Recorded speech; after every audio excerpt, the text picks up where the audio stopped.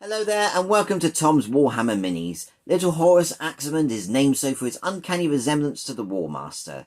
He's a high-ranking officer, part of the Mournival, and when the heresy started he sided with Horus. In this tutorial I'll be showing you two things. Firstly, how to paint Little Horus, but more importantly I'll be showing you my unique discovery on how to actually easily recreate the box art, lore-accurate colour scheme of their armour in the easiest way imaginable. Trust me, it's an absolute game changer. Now, for me as a hobbyist, I've always wanted to paint this army. Traditionally, in White Dwarf magazines, when it was showcased, it was only really talked about how to achieve it by airbrushing, and that was the Sons of Horus Green layer paint. It was the only thing that worked. Now, there have been many great guides and many tutorials from all sorts of fantastic hobbyists out here in the Warhammer community, from using traditional paints as well as contrast paints. And some of them I have tried, and for me they just never felt right. I was never happy with the colour. It was either too bright, too bold, a bit like Goldilocks. It just wasn't right until I created this unique mix that I'm really happy with. Now essentially their armour is a cross between sea green and jade, and then there's an added darkened tint afterwards. And in this guide I'll show you how you can create this game-changing mix, as well as the appropriate shade to apply after. It's time to make the Sons of Horus look great with the power of contrast. So, grab your paints, grab your brushes, let's get hobbying. And we're beginning with our Little Horus Aximund model. Really, it is this character, but we're also covering the armour colour scheme in contrast only for the Sons of Horus. So it's a kind of 2-for-1 kind of video. Now to begin with, to note, the model is primed completely in white scar. He is fully built. Now, we're going to go on to the first bit of painting. Normally I do the soft seal armour, but I really want to cover the actual colour scheme of the armour first, because that's more important. That's the real sort of crux of the video. So to begin with, we're going to make a very unique scheme that's going to really match the box art. First of all, we're going to take one part of Achillean green. We're going to take one part of Eldari emerald. And we're going to take one part of lime medium. And when I say one part, I've created a rough mix here. It's roughly 1 to 1 to 1, and I've created a big pool where I've just literally been able to apply this straight on rather than one individual brush, because I've been painting other things in this colour scheme at the same time. So quite simply, the lime medium is going to thin it down and it's going to help the flow. Traditionally, contrast paints don't work on armour panels because of the way it settles on flat surfaces. The lime medium allows us to pull the paint around without it, setting heavily and pulling in certain areas, creating bits of shadow, bits of light. It just keeps it consistent all over. So nice and simple. Use the website stock image, the box art image as reference of where all the armour is if you need to, but essentially it's every single armour panel.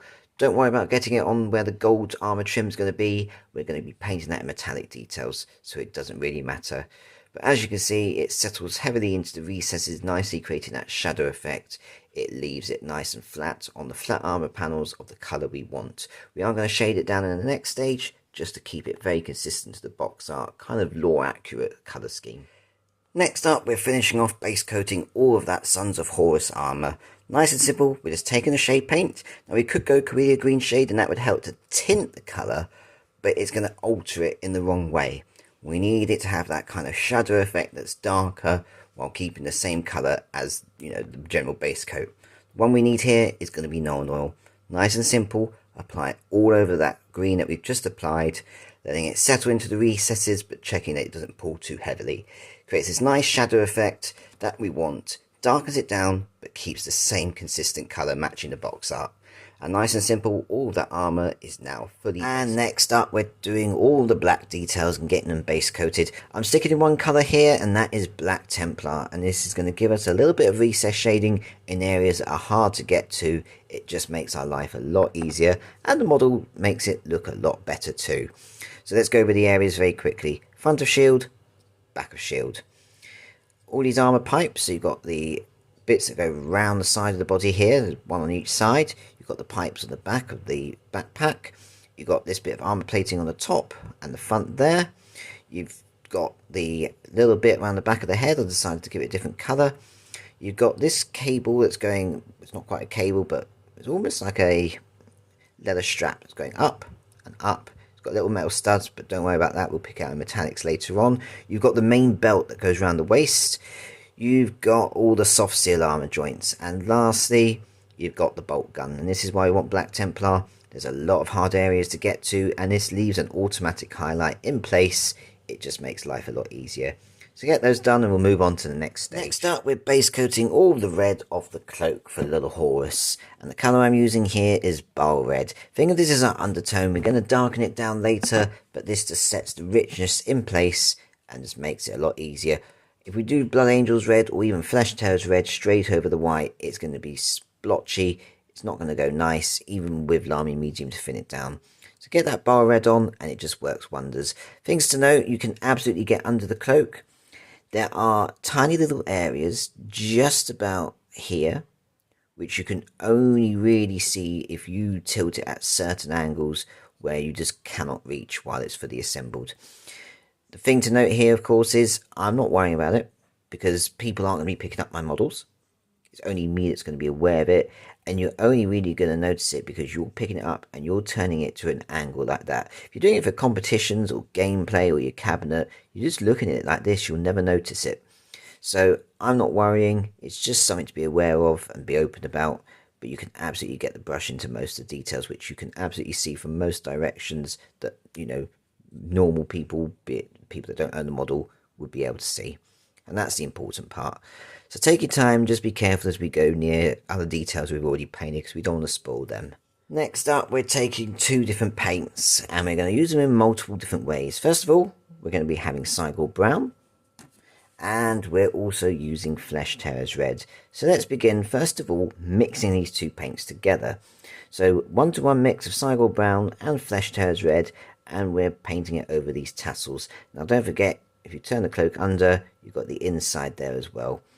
This is very similar to the box art. It's still brown, it's just got a slight reddish hue to it, which is really nice. Then, putting the Cygor Brown to the side, we're going to take Flesh Tearers Red and we're going to thin this down. We're talking about 4 to 5 parts of Lamy Medium to 1 part Flesh Tearers Red. This is just going to be a very strong glaze. This is to go over the Bile Red that we did at the beginning. Here in the cloak, both inside and outside, it's just going to darken it ever so slightly. The Lamy Medium obviously thins it, but it allows the flow to be good. So we're not going to have great big areas of pooling, just in the natural recesses, as you can see. And it just tints it ever so slightly. It keeps it very vibrant and real rich red, which is absolutely perfect against this dull sea green, which is the classic Sons of Horus colour. So we'll have that done. And then we're going back to just now pure Cygor Brown. And this is just for the leather straps. Now I have noticed on the box art that this little section here is meant to be brown leather too. I'm not too fussed. It could be either or. It's your choice. I'm happy with it. But if I was to keep it really succinct and all together, I would do that Cygor Brown as well. But it doesn't matter. So get those details done. We'll move on to the next stage. Next up, we've got a whole host of colours. And I'm going to go in the order that I've done them because I find this to be a nice speedy method because we want our models to be done. So first of all, we're going to take a Yandin Yellow and we're going to apply this over the eyes on the, Sons of Horus sort of style logo. You've got the one on the front shield, one on the chest, one on the back. Nice and simple. Now, Yandin Yellow has an orange, real strong tint when it pulls heavily. We want that as a real nice strong recess shade around the outer edge of each eye. We want it yellow in the main sections. Once that's done, we're going to take Nuln Oil. Nice and simply, just a small amount on the tip of your brush, apply it over the teeth. Nothing to it, nice and simple. Now while that's drying, we're going to go to Gryph-hound Orange. And we're going to apply this on the handle of the sword, just there. Moving on from that, once our Yandin Yellow's dry, we're going to go to Black Templar. And this is for the eye pupil in the middle. This one's sculpted. This one's sculpted. The one on the chest is not sculpted. You're going to have to do that by hand, but you can use Black Templar. It works exactly the same as normal, and it is easy to do. Moving on for that, once the Nuln Oil on the face is dry for the teeth, we're going to take Reikland Flesh Shade. Nice and simple, apply it over all the skin. Once it's dry, we're going to apply a second layer of Reikland Flesh Shade over the skin to get to this effect. But while it's still wet, on this left eye, so it's our right, his left, it's burnt, it's damaged. I don't know the lore, I haven't read that far yet into the Horus heresy, but we want to have a slight reddish tint. And the colour I've used here is Berserker Bloodshade. So just mix it in randomly all around the eye as it's drying with the Viking Flesh shade. Moving on from that, we are going to focus on the eyes and finish them off. Taking a small amount of Blood Angel's Red, we're applying it into the left and right sides. We don't have to feather it out. I've done this for all three of them. This is just a slight reddish tint that you see. And then once that's completely dry, we're going to take Null Null once more. And this is to go over every single eye for the Sons of Horus, just to darken it down. Nice and simple. Next up, we're base coating all of our silver details. Now to begin with, I'm base coating them all in lead belcher. There's just a few to point out. Obviously you've got the sword. I've chosen to do the grenades. You've got the little studs on the belt straps that go around his chest. You've obviously got these two bits of the backpack, the usual gubbins and all of that. Those kind of details, the barrel of the gun. There's not too much silver in that sense, but there's plenty to do. Now, the other thing to point out with the lead belcher, you've got just under his chin, above that big eye on the chest, is another little eye. Now, I've picked this out in lead belcher.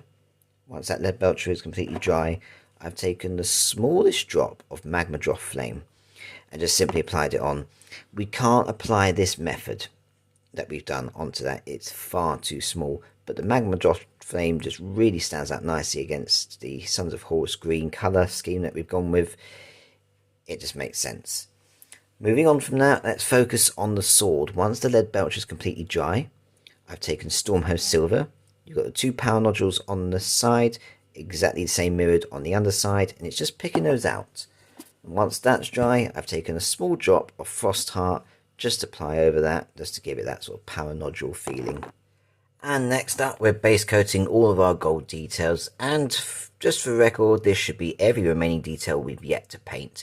Obviously the colour I'm going with is very classic, it's Retributor armour.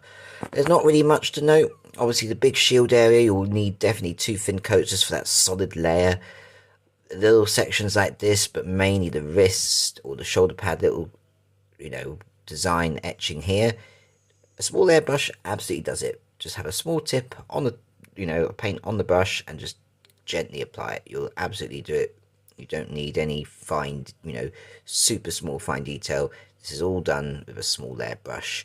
So just take your time, be neat, and this is what it should look like.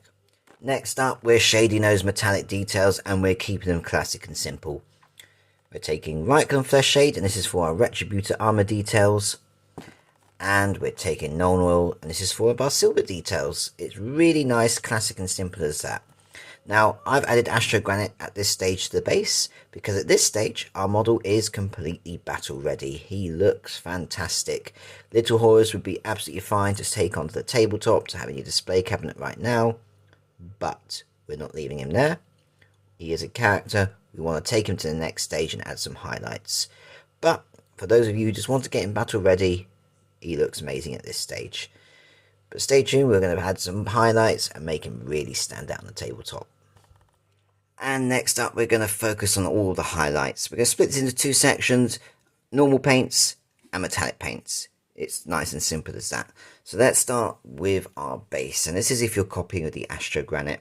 Simply, we need to get this done first. I've taken Drakenhof Nightshade, as you would normally apply shade paint, all over the base. It needs the time to dry, so we can do it now and then do all the other paints and then come back to it at the end. Moving on to the armour, this is the important one. I've chosen Sybarite Green. It's subtle, it does stand out just ever so slightly, and the beauty of the Horus Heresy models, in particular this one, there's not too much to do. So it's not really noticeable, but it is very subtle. If you wanted to be more vivid and noticeable, I'd go Gorse Blaster Green. Moving on from that, we're going to do our red details, starting with the cloak. Just simple edge highlights of Wild Rider Red. Just makes it really stand out, but not too much. It's bright, it's vivid, which works well with the cloak. Sticking with our reds, we're going to take Evil Sun Scarlet next, and this is for the tassels here. This is a great little trick. Even though the Sigil Brown sort of overrides the Flesh Terror's red and it's brown, the Evil Sun Scarlet as a little edge highlight just tricks the eyesight to actually think this is red, even though it's not. It's just a nice, real clever transition between highlight to actual paint, which really matches the box art.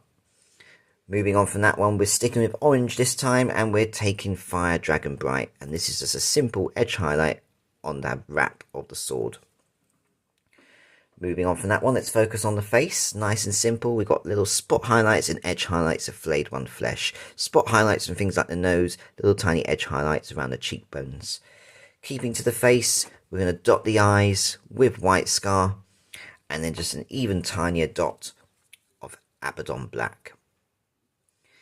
And moving on, this is for the gun. You've got the little Cygor brown wraps we did there. We are taking Scrag brown, and this gives a nice difference between the actual brown leather and these red-brown tassels. And then lastly, we should by now have our base dry. I'm taking Fenrisian grey and I'm applying this in two different ways. Edge highlights on all the black details. I'm not worrying about the soft armour joints. And then a dry brush on the base with the Fenrisian grey too. I have highlighted the black on the eyes. So you've got the little eyes there with the Fenrisian grey. And once that's dry, I've taken Ardcoat and just being lazy, but it makes it shine.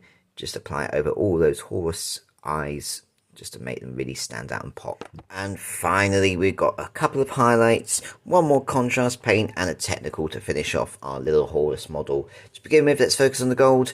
Liberator Gold. It's nice, it's bright, it's vibrant, and it just really picks out all those details nicely. For the silver, because we did Lead Belcher, which is quite bright, I prefer Stormhost Silver as the edge highlight. And this includes all the little studs and stuff as well. Obviously, we're not doing studs on the armour because that was done in the Sybarite green. But just take your time, get that done. Now, the important thing to note with the Stormhost Silver is I have highlighted the grenades first.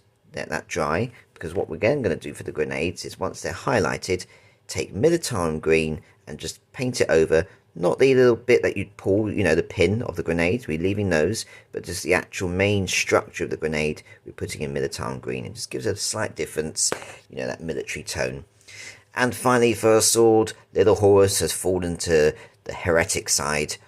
We're taking Blood for the Blood God and just with a small dry brush, not in a sense we're dry brushing, just apply a little bit to dry brush, stipple it into a piece of paper towel, and then stipple it on randomly onto the sword, just to show he's not a good guy. And with that done, our model is complete. All we need to do is add some tufts or whatever you want to the model, and he is done. And there we have it. Little Horus is complete, and I absolutely love my created mix to replicate the Sons of Horus armor color. I mean, I discovered this by pure serendipitous accident painting. It was during while I was in Talos, and my brain just clicked it into place that, you know what, I've just created the actual proper Sons of Horus colour scheme. And it's just so easy, it's effective, and it's quick to batch paint. And it's an absolute true game changer for you Horus Heresy players out there. Now, this video does a lot to inspire, so if it's giving you the right direction to painting Sons of Horus, then give the video a like. Share it so others can learn and discover my channel too. And subscribe, because that means you're up to date with all the latest that I put out there. Supporting me is vital, and it does something wonderful for you too. It means I get to make more like this and showing the true power of contrast paints. So, until the next video, do look after yourselves and happy hobbying.